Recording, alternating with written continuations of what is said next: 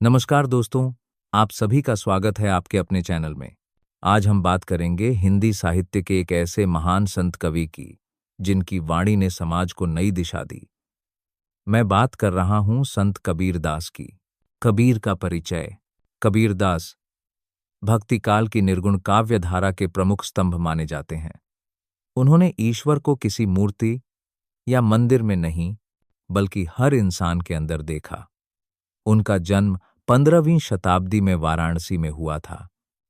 हालांकि उनके जन्म को लेकर कई किंवदंतियां हैं, लेकिन माना जाता है कि उनका पालन पोषण एक जुलाहा दंपत्ति नीरू और नीमा ने किया था।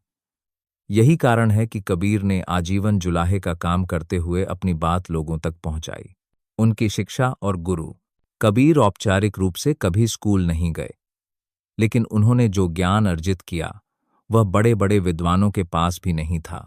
कहा जाता है कि उनके गुरु संत रामानंद थे। कबीर ने गुरु की महिमा को सबसे ऊपर रखा। उन्होंने कहा था, गुरु गोविंद दोख है, काके लागूं पाएं, बलिहारी गुरु आपने, गोविंद दियो बताए। इसका मतलब है कि अगर गुरु और भगवान एक साथ खड़े हों तो पहले गुरु के चरण छूने चाहिए, क्योंकि गुरु ने ही हमें भगवान तक पहुंचने का रास्ता दिखाया है। उनकी रचनाएं। कबीरदास की भाषा बहुत ही सरल और सीधी थी, जिसे आम लोग भी आसानी से समझ सकें।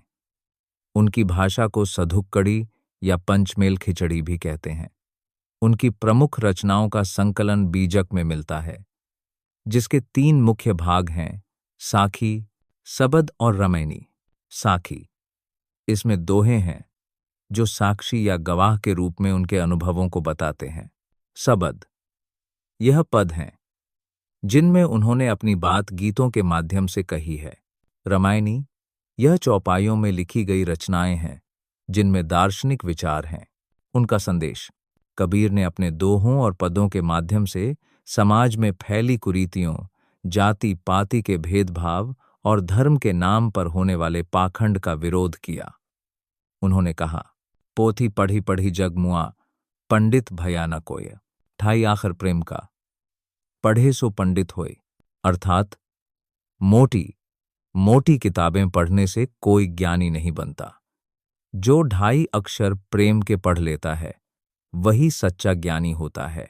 कबीर ने हमेशा एकता और प्रेम का संदेश दिया। निष्कर्ष और अगली कड़ी की जानकारी। तो दोस्तों, यह था संत कबीरदास का एक छोटा सा परिचय। अगले वीडियो में हम उनके कुछ प्रमुख दोहों पर विस्तार से चर्चा करेंगे और उनके गहरे अर्थ को समझने की कोशिश करेंगे।